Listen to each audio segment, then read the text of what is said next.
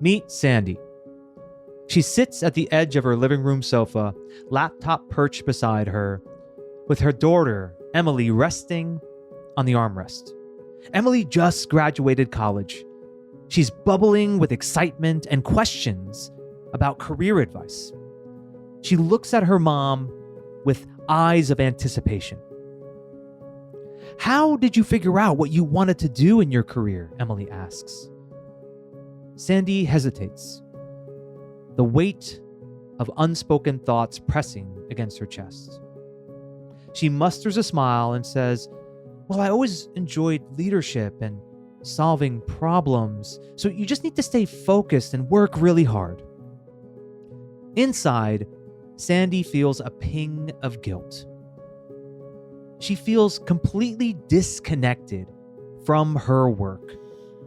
For years, Sandy has thrived as a VP of a financial services company, but for the last year or two, she's felt like her work hasn't had any purpose. She feels like she's just checking boxes rather than chasing something meaningful. Later that evening, Sandy sits alone at the kitchen table, staring at a half-written report. And her perfectionism whispers, "It's not good enough." So she procrastinates, scrolling aimlessly on her phone. This is a pattern that Sandy is very familiar with. She sets impossibly high standards, berates herself for not meeting them, and then avoids the task altogether. She reflects back on that conversation she had with Emily and wonders if she's setting a terrible example. She really struggles to express how she's really feeling, even with her family. The thought of being that vulnerable scares her. What if people think she's weak or that she's incapable? She's always the kind of person that everyone else leans on, but lately she's felt drained, that the well of energy is running dry. Sandy's evenings are often filled with distraction. Between late night emails and binge watching TV to avoid her thoughts, she feels disconnected from the vibrant person she used to be. Her inner critic screams she's not creative, she's not bold enough, and she's not worthy of more. But yet, she yearns for change, to align with purpose, to show up authentically, and to build a career that lights her up. Today, I'm speaking with David Marlow, globally recognized keynote speaker, author of The Ikigai Way, an expert on helping people to uncover and live their Ikigai, or their purpose. David's work is all about living authentically, breaking free from limiting beliefs, and aligning daily actions with deeper meaning. And I'm excited to hear David's insights on how to help Sandy to break free from her self-doubt, to find her path, and to step into a more purposeful, meaningful life. My name is Jay Abbasi, and welcome to Unstuck. Real people, real stories, real solutions. While the details are changed to protect anonymity, what you just heard is based on a true story of challenges that come up in the real world. And we discuss how to navigate these environments with practical tips to help you get unstuck and build a more fulfilling, impactful, and balanced life and career. So David, I've known you for years through LinkedIn, and today's our first real conversation outside of the LinkedIn platform. And I've seen the kind of impact that you've made on people through your posts, through your writing now with your book coming out this year, speaking, mentoring others. And one of the many interesting things about you is your love for coffee. And I want to start by asking you about coffee. What is your favorite, or what was your favorite cup of coffee? If you can go back in time, like what was the most impactful cup of coffee that you've ever had? Oh, it's actually pretty easy. I was in France, and I was working at G at the time, and we had a factory over there, and had to travel over there, and I was I was completely jet lagged. Had been in meetings all morning after having flown all night, and we went to the cafe, and as you might imagine, I mean, we had a G cafe here in Wisconsin where I worked, but the French cafe was much better. It was like fabulous food, and I'm checking out, and the woman says, cafe, and I'm like, oui, cafe, like I'm in the cafe, and it's just like somebody finally pointed out, no, they're asking if you want, an espresso after the meal, and I said, oh, sure, why not? I could use some coffee, I guess, and I really didn't drink coffee at the time. Much, but anyway, we went into this room. People are smoking. I mean, this is the late 1990s, and the guy I was with asked for two espressos and kind of hands this to us, and I drink this, and it's like a magic elixir. I came to life. I'm completely jet lagged, and excuse me, and had that, and that was the first time I'd ever had espresso like that, and it was shortly after that I visited Seattle and got exposed even more, and just I was completely hooked on espresso coffee. So Yeah. that's my favorite cup of coffee ever, if you will. I could relate to that experience when my fiance and I we went to Italy. We were in Milan and we stopped at a cafe and I said, I have to have an espresso, even though I don't normally drink espresso. And the way you described your reaction to the cup that you had is exactly what I experienced. I felt like I've never felt so alive after having that Right. espresso. It was unlike anything I had before. And I often do drink a cup of coffee a day, but I get it. Okay, so your background is so fascinating because you had this long career in corporate, 30 years, senior leader, executive, Fortune 500 companies, but then you decided to leave corporate. And I was curious just to ask you why. What was the motivation behind leaving? I decided to leave. That's an interesting way to put it. Yes. So a number of years ago, and in fact, how I even got into LinkedIn at all was I was leading a transformation at a very storied company, a historic company, one you know real well, and that was doing very well. But I had convinced them that they were kind of stale and needed to change, and got them to buy into the idea of doing a lean transformation. And we were doing great at that. But like a lot of those things, they sort of wear out. There's about a 7-year cycle on that kind of thing, and I could start to see they were getting a little tired of it. And so I started writing on LinkedIn just to start expressing myself and connect with people. And you don't the worst time to try and connect with people is when you need a job, right? Um, and so I could just tell my career was not going to end the way I'd planned. I thought I'd just ride that all the way to retirement, and they were tiring on it. And sure enough, they switched gears in a very family oriented company, and when I just suddenly decided they were going to have layoffs and all kinds of crazy things that other corporations did that they never did. And at some point, my department was eliminated, and they gave me the chance for an early retirement. And so then I took that to do and invest time in everything that I'd always wanted to do, which was really an expansion of. I mean, the continuous improvement stuff is definitely connected to Ikigai, and it's an aspect of that. But being able to really help people connect to their purpose at a deeper level in companies. So I started my consulting and coaching business, and then subsequently expanded my writing, which was just like I'm gonna say a hobby as much as just an outlet. But now I would actually say I'm probably more a writer than anything else, Yeah. and loving that. Well, that's And what that's I think yeah. that's what led to you and I connecting was some of the writing that Mhm. you do on LinkedIn, and just I thought that so much of what you shared was so valuable, and also so much of it is entertaining, and you have such a good sense of humor, and I think that's also what attracts people to you, David. And so you mentioned Ikigai, and I actually learned about Ikigai through you. I had actually never heard of it until I saw your content, and that's what got me interested in learning more. But for our audience, I thought it would be a really just a simple thing for us to start with in this topic is for you to just define it for us. So what is Ikigai? Right. So Ikigai, if you Google it, you're going to be told it's a Japanese combination word, which it is. It means life purpose.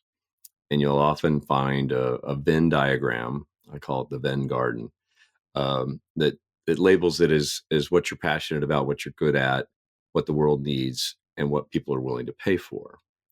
I go much deeper. That's a very one, that's not actually Ikigai. And two, that's a very career centric approach. So the definition that I have for Ikigai is it's expressing your essence, who you are at the deepest levels, your purpose, your gifts, your drives, your passions, your interests, all of that in harmony with whatever you're doing. So that goes for your career, that goes when you're drinking espressos, that goes when you're playing with your grandkids like I do. And that is you really deep at your deepest levels, and your gifts expressed in harmony in every aspect of your life. Wow. And David, what brought you to it? I mean, I would love to learn what was the story behind you discovering Ikigai for yourself. Yeah, it's been a long journey, and I'll give you the shortest part of that, which was going back to when I started writing on LinkedIn. One of the things that I was trying to do there was just really share authentic stories and thoughts, things that I thought about, ideas, things I thought might help people. I wasn't marketing anything. I wasn't promoting myself. I wasn't trying to get a job. So I thought, I wonder how that comes across. And it's before personal branding became kind of a thing now, but I asked my friends and colleagues and people like yourself who I'd kind of gotten to know, so how am I coming across? What is my brand? If we're gonna put a brand on my writing, since it's just me, what is it? And one guy, Ken Gordon's his name, said, "Well, I don't know about your brand, but you ought to look into Ikigai." I'm like, "Well, what's that?" He goes, "No, I just look into it." And so when I dug into it, then I found the connection to those highlighted moments in my life when I was my happiest, when I was most effective, when I was serving other people in the best way, when I was the best leader, even in my corporate job, and the best husband, all of that. I was able to put a name to what I really dug and really enjoyed, and then kept going, and a deeper and deeper understanding on that over the years. Well, your story behind LinkedIn is something that is very similar to mine. And you and I think both can uh or both have had that just desire to want to share and then see where it goes.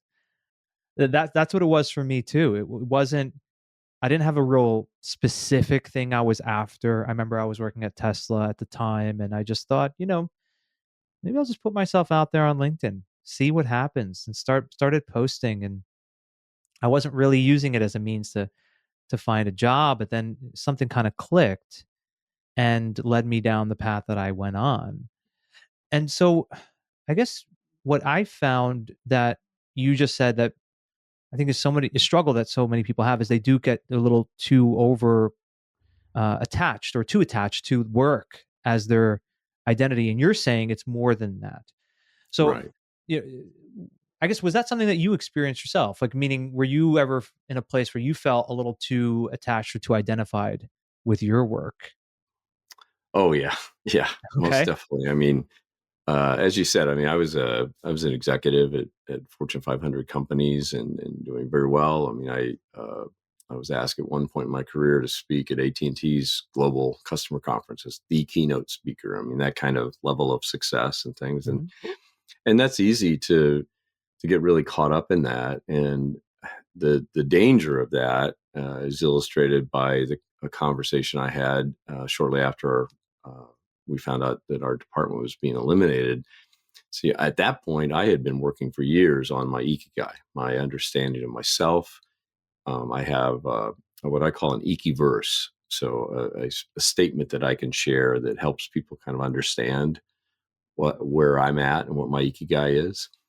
My verse, by the way, is I encourage, empower, and enable people to be all they were meant to be. That's what drives me, and I filter everything I do through that. I was in the elevator with one of the executive VPs who was the head of the department that got eliminated. Now, this guy had been at the company his entire career. I mean, like he graduated college and started as a young entry level guy and moved his way up to being an executive and had been there for 30 some years. And I said, "Hey, how you doing?" He's like, "I don't know. I don't even know who I am right this minute."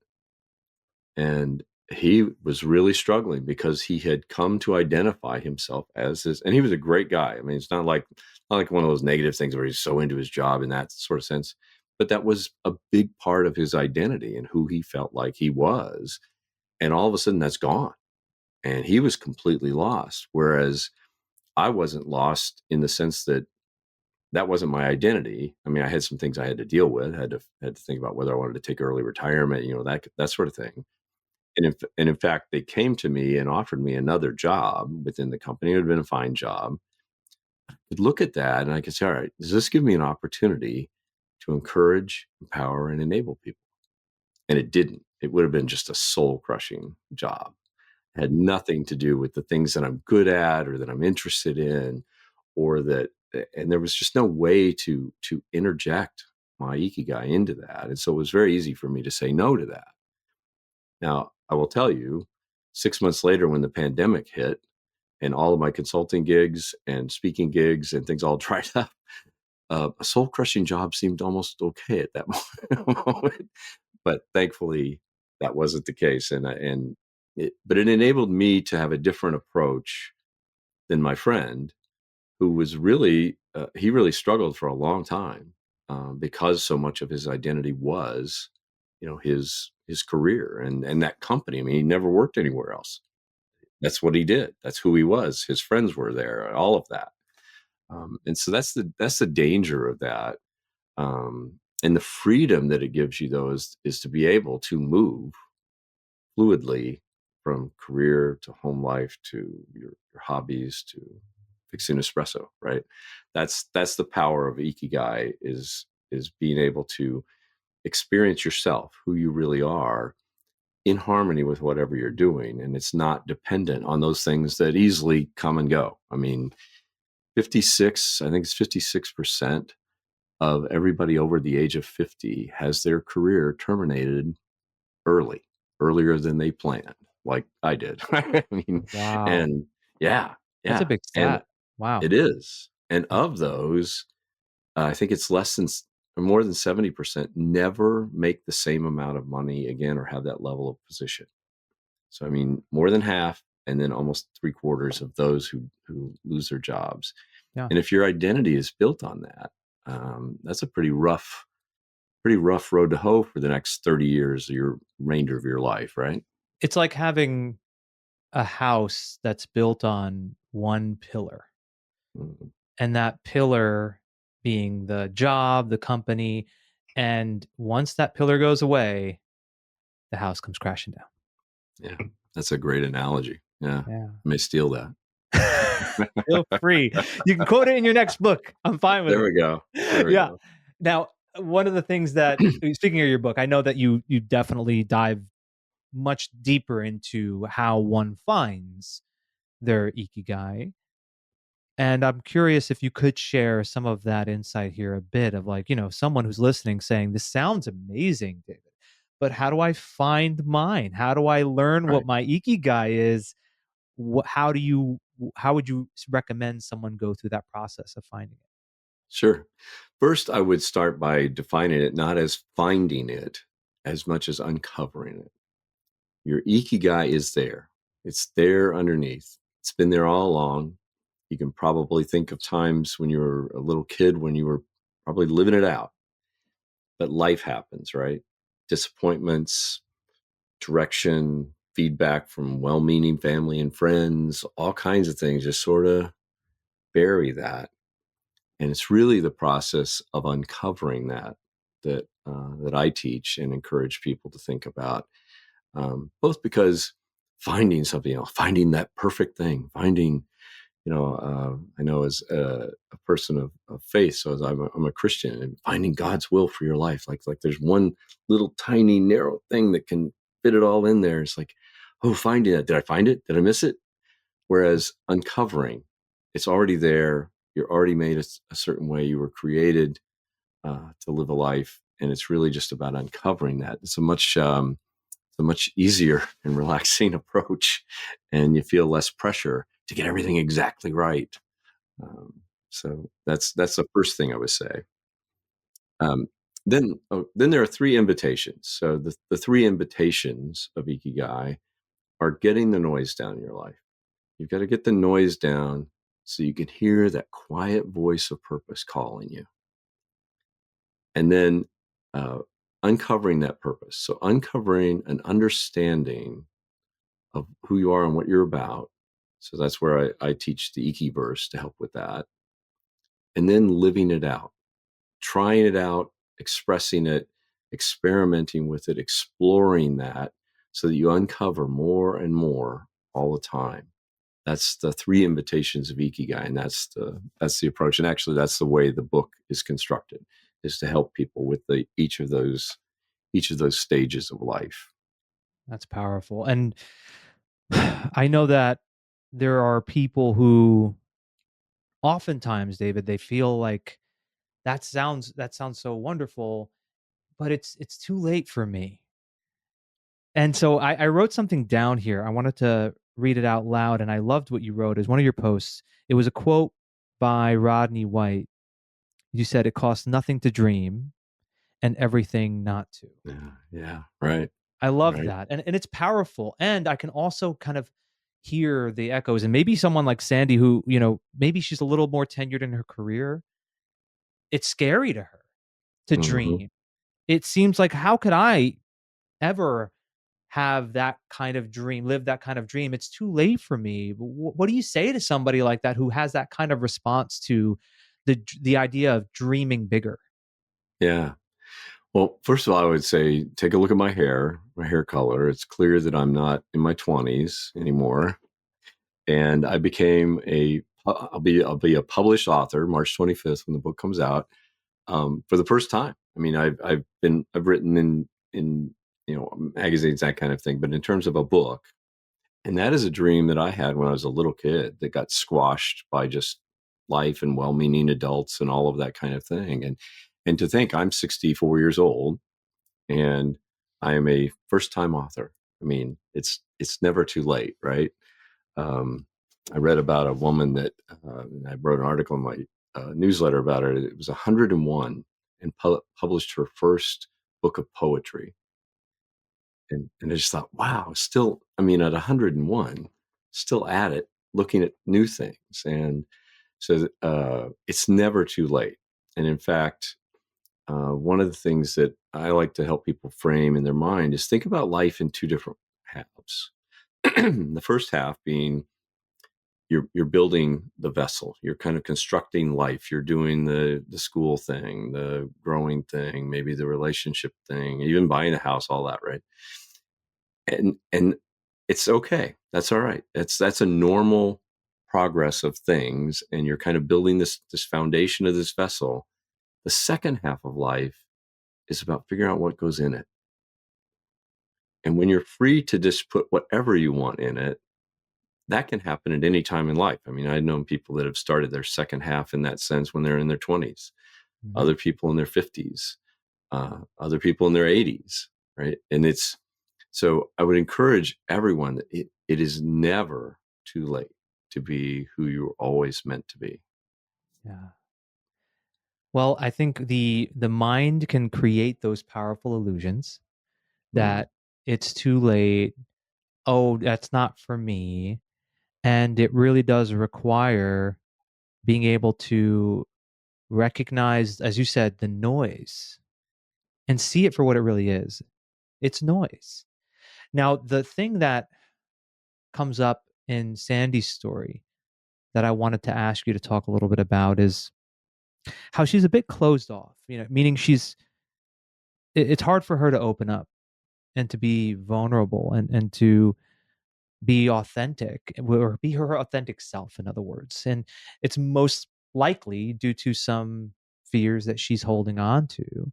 So I think that's a really big part of this, right? Because the work of Ikigai is to be your authentic self, but seems like there's a lot of things blocking her there. So how do you work through that with people to be able to help them to see through the blocks, or overcome, I guess, work through those obstacles? Hmm. Yeah, a lot. Now, I'll say myself. Hi, I'm Dave. I'm a recovering perfectionist. I had serious perfectionist tendencies and very type A driven, and all of that kind of thing.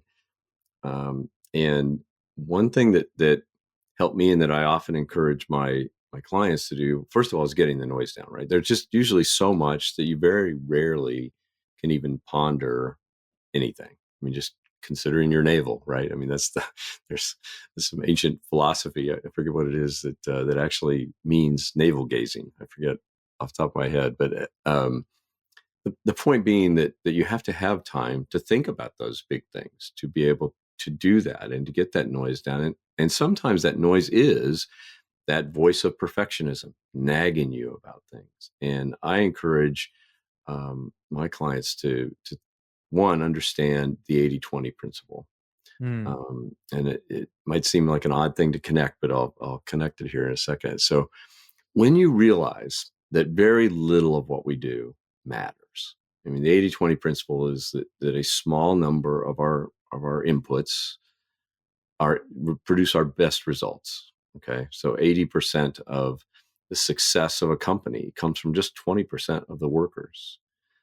Same thing with products, with our time. 80% of our happiness comes from just 20% of what we do. Most of everything in life is waste, and that's where the kind of the continuous improvement thing sort of latches into this too. Yeah. Um, and understanding that at least allows you to kind of let go. Okay, so if I don't follow up on that email, it's probably not going to matter, right? I can let that email go, or I can not answer it today, and getting that noise level down, so you can start to consider those things that do matter to you and that do help you. The other thing with especially with a perfectionist attitude is kaizen. The idea of kaizen, and that's another Japanese combination word. It just means small change, or small incremental change, or continuous improvement. So there's variations of that, but the idea of kaizen is to break something down into the smallest possible amount that you can do and feel comfortable that you could do it. So let's say that you have you're overweight and you want to lose 50 pounds. Well, if I told you you had to run a marathon in order to do that, you'd probably freak out, and immediately the fear would kick in, and the overwhelm, and all of the reasons why you could not do that, right?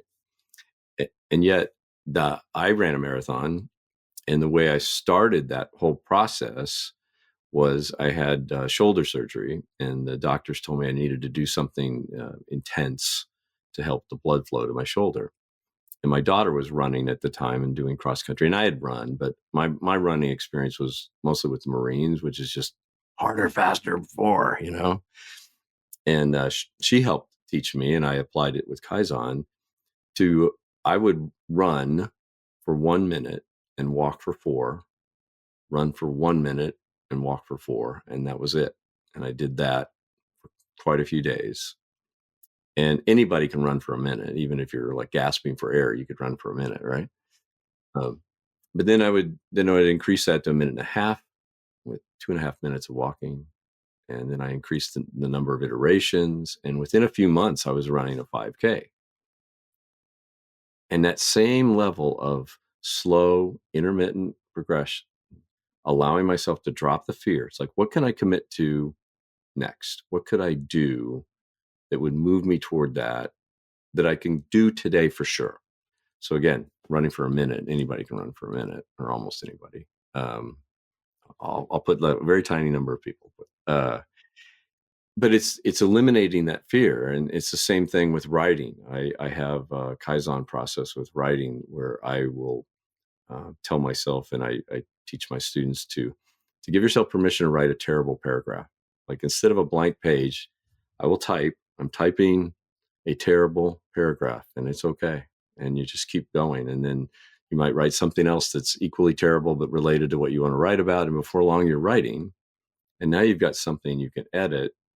And now you've got something that there's no pressure. It's like when you look at that page and you think, I've got to write the next great American novel, you freeze up and you're like, hey, that's a terrible version. It's my terrible version. And here we go. And giving yourself that level of freedom to grow and to explore and to understand yourself better. And those kinds of things really do reveal that inner essence in ways that even counseling and things like that, aren't always open to doing, because you're trying something and you're learning about yourself and you're learning about what you can do and gaining confidence in that process of the slow incremental change. Yeah. Well, it's very forward thinking, which I think is very much in contrast to some counseling and psych, which, by the way, for anyone who needs that, that's very useful. Oh yeah, It's yeah, yeah. right. But what I'm hearing from you, and I agree with this process, is we want to think through how to progress, and it's like the way the mind works, it catastrophizes everything, Hmm. and so it's like doing the dishes. You think Right. about a sink full of dishes, and you're like, oh my god, I got to do all those dishes. But has anybody ever done all those dishes at once? No. Right. You Right. pick One up dish. one dish and you wash it. If you're putting it into a dishwasher, you place it in, and then you go to the next one. Now, that one dish, how hard is that? That 1 minute of running, how difficult is that? And I even prescribe this, David, similar to you with meditation practices that I encourage people to do. I don't tell them try to sit and meditate for 10 minutes if they've never meditated before. That's going to be challenging. I tell them set the timer for 2 minutes. 2 minutes. That's it. Can you do 2 minutes? Oh, yeah, I could fit 2 minutes into my schedule. Great. They start with 2 minutes.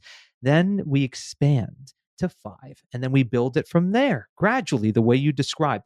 So, what are some of the techniques, David, that you encourage people to do to clear the noise? I mean, is there a practice that you do? Is there like a daily practice of this that helps you to really quiet the noise? What do you do, or what do you advise people to do? Sure. Part of it's just finding the things that are keeping you from doing what you want to do. So, I'll give you an example from work, just because it's easy to illustrate. I had taken over. I left GE and went to a company called Metavante, which at the time was the data center that I ran.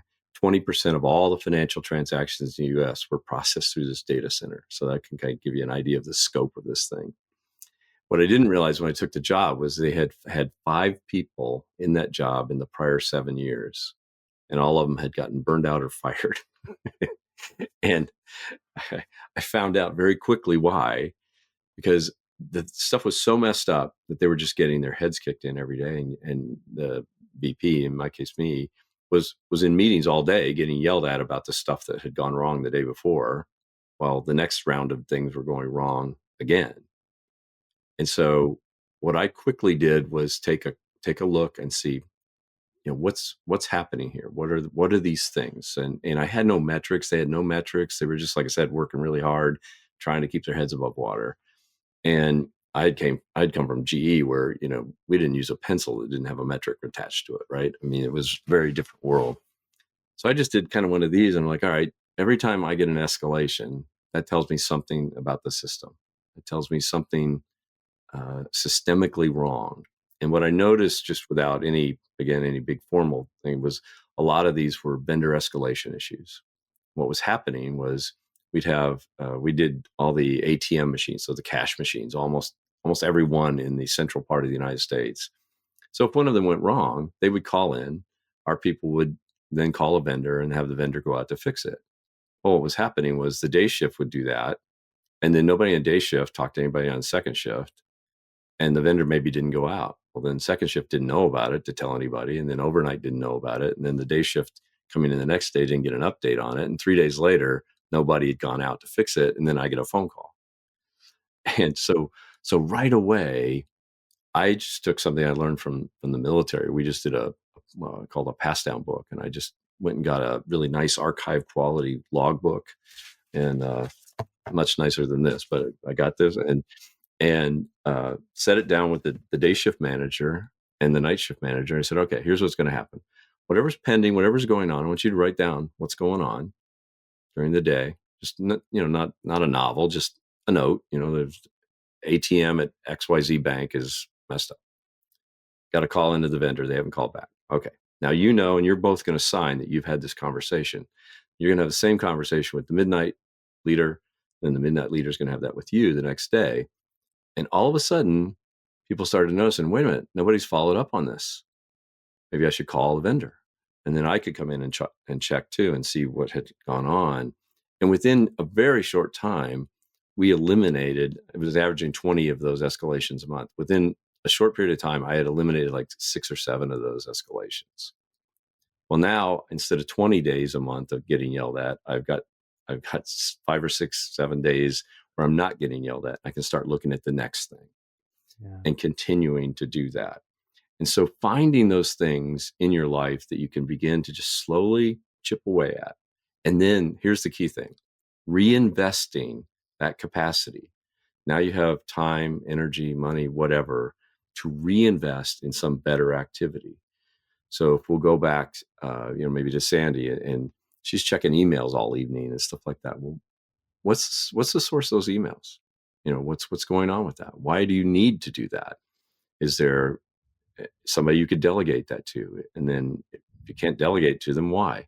Is it because they don't have the training they need? They don't have the authority they need? Just start breaking down all these things. And if, let's just use her as an example, if she would get rid of the evening emails, now she would have time to spend a minute on a treadmill doing her running, right? And now she's going to sleep better.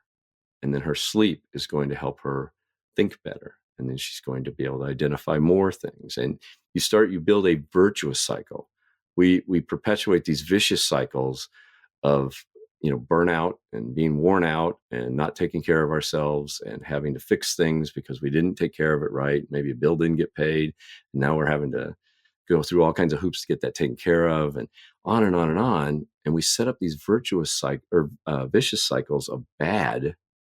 It's stopping that for a second, getting that noise level down, and then reinvesting and starting that flywheel of a virtuous cycle of health, of good thoughts, of success. I mean, like you said, you get into that mode where it's like nothing's going to work out. I mean, how am I going to write a book? I can't even get this or that to go, right? It's starting those cycles of success and understanding that, okay, slowly, I don't have to do it. I don't have to do everything today, but I can do a little bit today, and I can have my terrible version of something and move closer and closer. That's really the key thing about getting the noise level down, and getting that true sense that, really believe that 80% of what we do doesn't even matter. So how much what could you just get rid of? Right. How much of what we think is important is actually important? Or how much Right. do we think is urgent is actually urgent? I remember, David, years ago when I made that decision of turning my phone's notifications and sound to silent. And it's been silent now for years. I don't get a buzz. I don't get a ring. David, I can tell you in those years, there has maybe been one instance where someone was trying to call me and it was an actual emergency. And I felt like, oh, I should have been able to answer. That means in all the other Yeah. instances, there wasn't something that was as urgent as my mind would have made it out to be. One thing I'm so curious to hear from you about is living Ikigai, because that was one of the invitations, right? How do you bring that into your day to day? So what happens is that we can get caught into the patterns of life and the cycles of life, like you were saying. So we need to have some sort of proactive approach to where this is something that stays top of mind. What's the process or the practice that you recommend people do to be able to ensure that they are keeping their Ikigai top of mind? Right. Having that Ikiverse is really helpful for starters. Just, how is what I'm doing right now empowering, enabling, and encouraging people, right? And how can I do that in whatever I'm doing? And when I say that, people will say, "Well, how does your drinking coffee do that?" Right? Well, one, it's an enriching experience for me.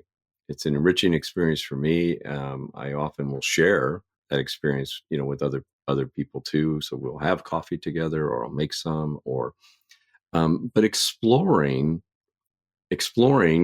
coffee, for example, really taught me a lot about myself, and learning and understanding and appreciating things at a deeper level.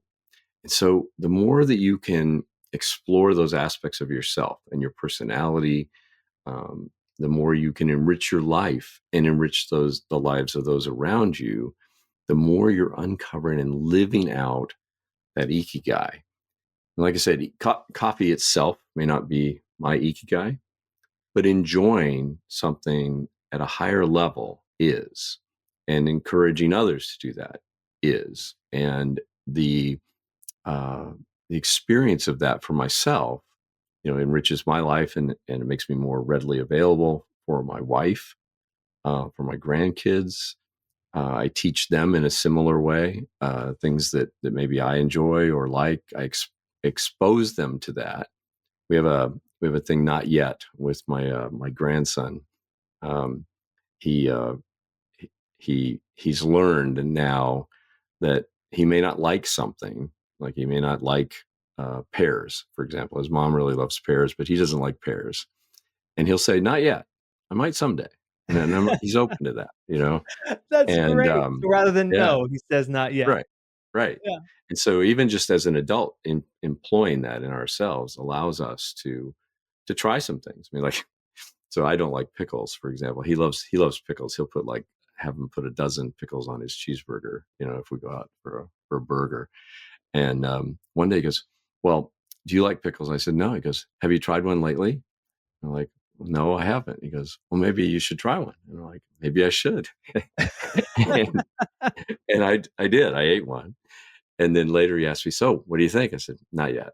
Yeah, But but you really yeah. never know, right? Because I've shared this story, and I don't know if you remember this, years ago on my LinkedIn profile. I used to have something about avocado. I used to say Mhm. Yeah. non-fan of avocado, and I really was not a fan of avocado. I thought it was slimy and gross, and I hated it. And everyone was getting avocado and everything at that time. Avocado toast was becoming so big, and I said, not for me. And David, over time, I tried it a little here. I start Yeah. to like it a little bit. Now, I have avocado all the time. I had to take Oh, it that's off of my hilarious. profile. Like, my fiance once called me out. She's like, "Jay, it still says you're a non-fan of avocado. We just had avocado for dinner. You better take that down." And I did. I had to take it down because it was no longer true. And so the way in which you can apply this day in and day out as is what I'm hearing. It's like you connect the dots, right? You have to connect the dots, and you have to be able to find the meaning in each of the activities that contributes towards your ikigai. And if you can't, then it's clearly not an activity you should be spending a lot of time doing, right? That's one of the ones that you remove. So I like to do this towards the end of every one of our conversations that we have here in the show. And that is for you to imagine being in a scenario where you have an opportunity to talk with Sandy. So let's say she finds you on LinkedIn. She's a huge coffee fan too, so she loves your content, right? But then she really loves also the messaging of what you're sharing here, Ikigai, and she gets into it, and she spends time on your website. She then connects with you and sets up a call. And let's say she tells you her story. Now, knowing you, David, I'm sure you would listen with an open mind and open heart. You would acknowledge her, of course, for what she was going through, and rather than immediately giving her advice, you may ask her a question to really evoke something in her. So, what would be the first question that you would ask Sandy? Yeah. So I would ask her to tell me about her most recent good day. Not just a good day, not like your favorite day, but your most recent good day. When was that? And tell me about it. And as she would tell me, I might say, who was there and what was going on, and explore that. Because that, if you ask people, tell me about your perfect day, then they're going to format what they think you want to hear, whether they consciously do that or not.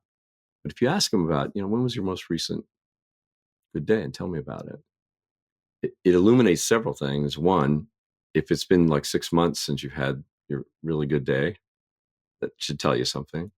Yeah. And two, it takes away those filters that we all use to make the right impression, and really digs and exposes that inner self in a way that you can't get any other way.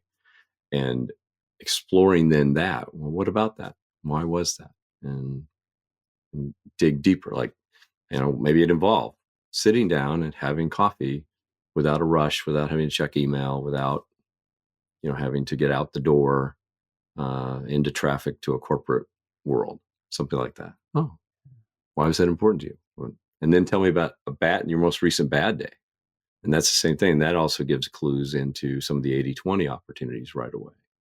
And those two very simple questions, and you can just ask yourself that too. I mean, it really cuts through a lot of noise in understanding what's going on and what's valuable. And I've used that both in one-on-one coaching, but also with teams and companies. It's amazing what that will reveal in a company when you ask people, when was your last good day? Well, I love it because it really forces the person to go to real life examples and actual evidence versus, like you said, the imagination, wanting to piece things together or try to over analyze. It's based on your experience. And that's what life is, just a series of experiences. Right. So, David, I want to thank you so much for taking time out of the day. I also want to thank you for all the great work you do overall. I mean, your content on LinkedIn is so important, so meaningful, it's so valuable, and I've seen it over the years, and you've been consistent. You are writing, you are sharing incredible insights, as well as just some humor and making people laugh day in and day out with your content. So I really recommend everybody, if you don't follow David on LinkedIn, I highly recommend finding him on LinkedIn. It's David Marlow, Marlow. He has a little Ikigai guy and the little coffee emoji that's there, right? And of course, I really highly recommend checking out his new book. It's coming out in March.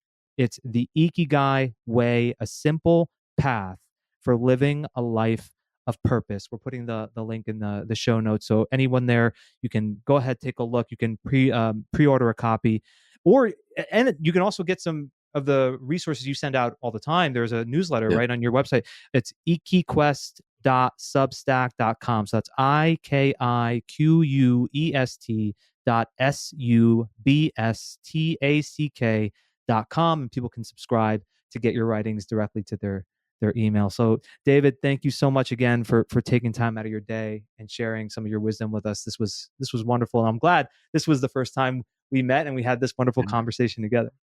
Yeah, it's been my pleasure, and I'm a big fan of yours as well. And keep sharing your gifts. The world needs your voice, bud. If this was the first time you heard about Ikigai, I'm pretty sure it's piquing your interest, because that's how it was when I first heard about it. Now, I had the very fortunate experience of learning it through David, who I think expressed it perfectly. So I would encourage you to feel free to do some Google search on Ikigai. But I really think David sums it up beautifully and in a way that's very easy to understand. And I'm going to do my best to break it down into the insights and the actionable takeaways to hopefully even make it clearer for you. So the first insight is about Ikigai and the definition he gave, which was expressing your essence, who you are at the deepest level. And to have that be infused in whatever it is that you do. So your drive and your purpose, it's not just work related, it's in everything that you do. And I like that he talked about how you don't find your Ikigai, you uncover it. And I'll discuss how to do that in the actionable takeaways. Second insight. By expressing himself, he uncovered his Ikigai. I thought that was fascinating. So he said how he shared on LinkedIn and expressed himself, and then that led to him really recognizing what's meaningful to him and what's important to him. So the encouragement there is, feel free to put yourself out there, talk about the things that matter to you, express yourself, whether that's in social media, conversations, whatever, and that alone will give you the insight into what is your Ikigai. Third insight, it's never too late.